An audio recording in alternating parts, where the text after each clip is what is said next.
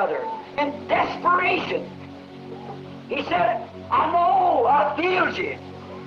You're here with me, but I'm not going to let you go.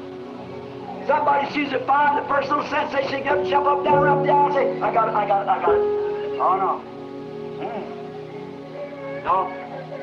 Jacob stayed there until something happened that made him walk different, made him a different person. Because that he stayed until that happened. And he was able, the Bible said, he held until he prevailed. How can a man prevail over God?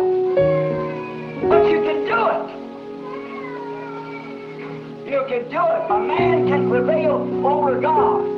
One time there was a man named Hezekiah, had been told by the prophet, thus saith the Lord, you're going to die. Hezekiah turned his face to the wall, and in desperation he wept out. Lord, consider me. I've walked before you with a perfect heart, and I need 15 more years. After God had told him that something's going to happen, he's going to die. And in desperation, he changed the program of God. Desperation. He wept bitterly. Desperation.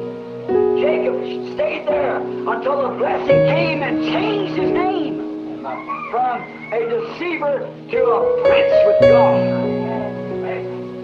Even the nation was called by his name. Yes, sir. What was it? The results was because he got desperate about the thing. And the next day when he met Esau, he didn't need any guards. He walked right out and met him. See? Why? He had gotten desperation till he got the assurance. And you get desperate until you get the assurance. If you don't even come to be prayed for. Don't even come to go to the altar. Wait till it's between life and death to you. Then something happened.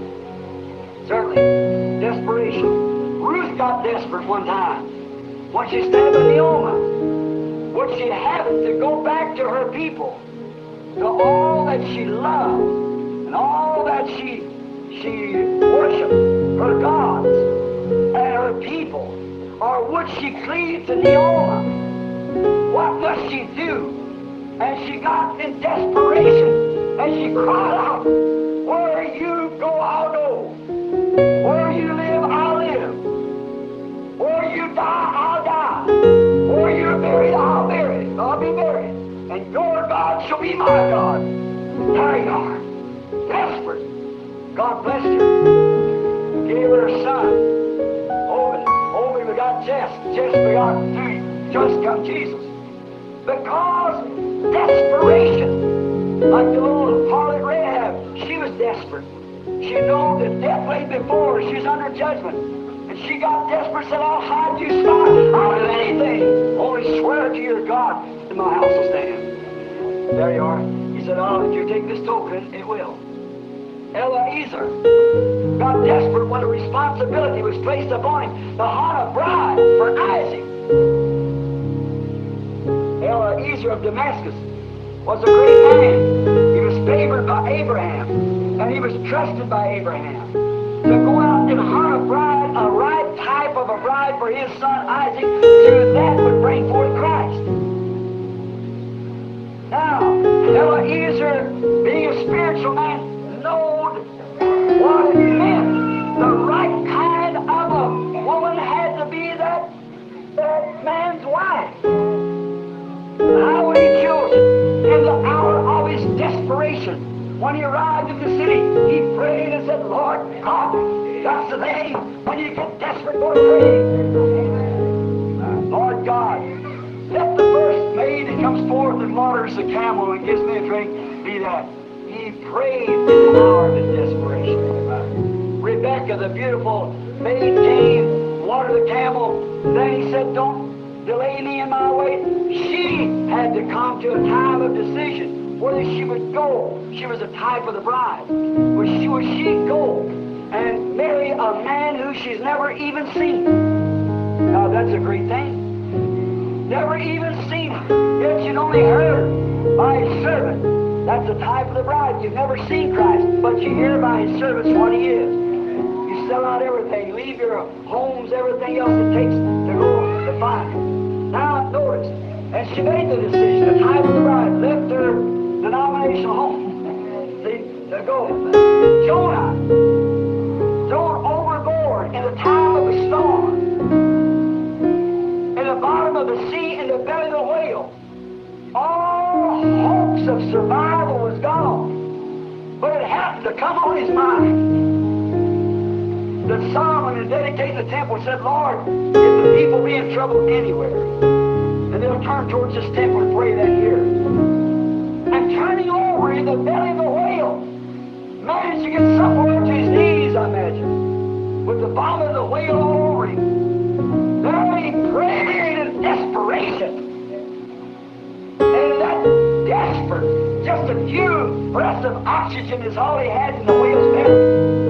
And in that few breaths that he was drawing, maybe he didn't know which way he was, and said, Lord, I believe I'm looking upward towards your temple. And with just a few breaths to go in desperation, prayed. Under those circumstances, never been done before, but he was desperate. He prayed, and God kept him alive for 3 days and nights, and delivered him at the place to deliver his message. Desperation. Hannah, a barren woman in the Bible, she wanted a son, and she got the fasting for him. And she fasted and prayed until even the priests of the temple thought she was drunk. She was in such desperation with the rest of the women watching what kind of a bonnet the other one had wore. You know how it goes. And the other one seeing what kind of clothes they had on and talking about the things going on the farm. But not Hannah. She stepped right through the whole crowd and went to the altar. She'd been fasting. She wanted her reproach taken away. What a difference it is there. It's almost a reproach to have a child. Then it was a reproach not to have one. And she got on her knees. And she never noticed the dignity of the temple.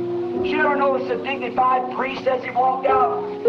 She was in such distress till the tears was rolling down her cheeks. And she was crying in desperation. Oh, Lord, God, give me a son. Give me a son. Notice, she wasn't selfish. When God heard her and answered her prayer and gave her a son, she gave him back to God. And because that she was willing not to be selfish after God had answered her prayer, he gave her a prophet. That was an extra blessing. Oh, he's just full of them. Those little extra things that he gave. Not only a son, but a prophet. And there had been no open vision for many, many years in Israel. Samuel, the first prophet for many, many years, because a mother got desperate that she could have no children. And she's past the age of bearing, probably 60, 70 years old. And she prayed with desperation. She must have this child. Why? God spoke to her, no doubt. You can't be desperate until God speaks to you. Oh, church, rise and shake yourself.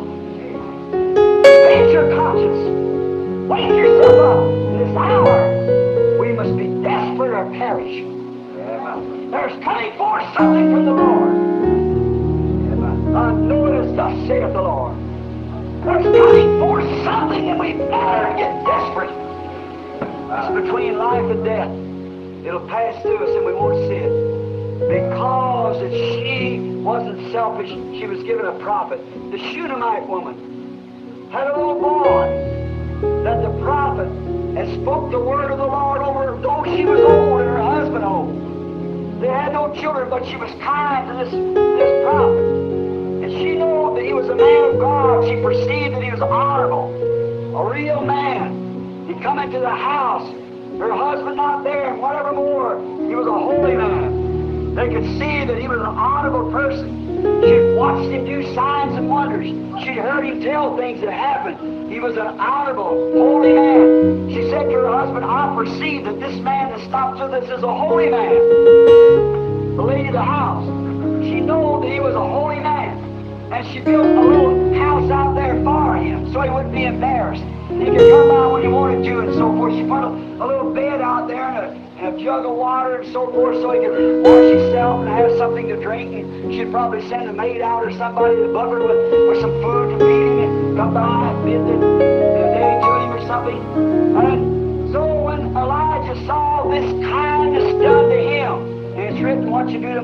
don't you do it to me? So she saw that the woman was honoring God as she honored this prophet, as she seen God in the prophet. And so she wanted nothing for it. It wasn't in her heart for anything. She just done it because she loved God.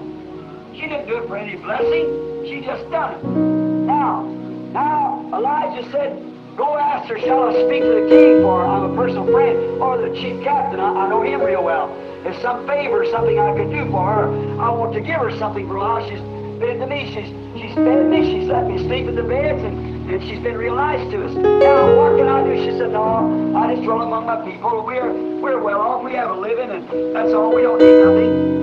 And Gehazi said to him, but she doesn't have any children. No more Gehazi saw it, no doubt. The prophet saw a vision. For he said, thus saith the Lord. Go tell her.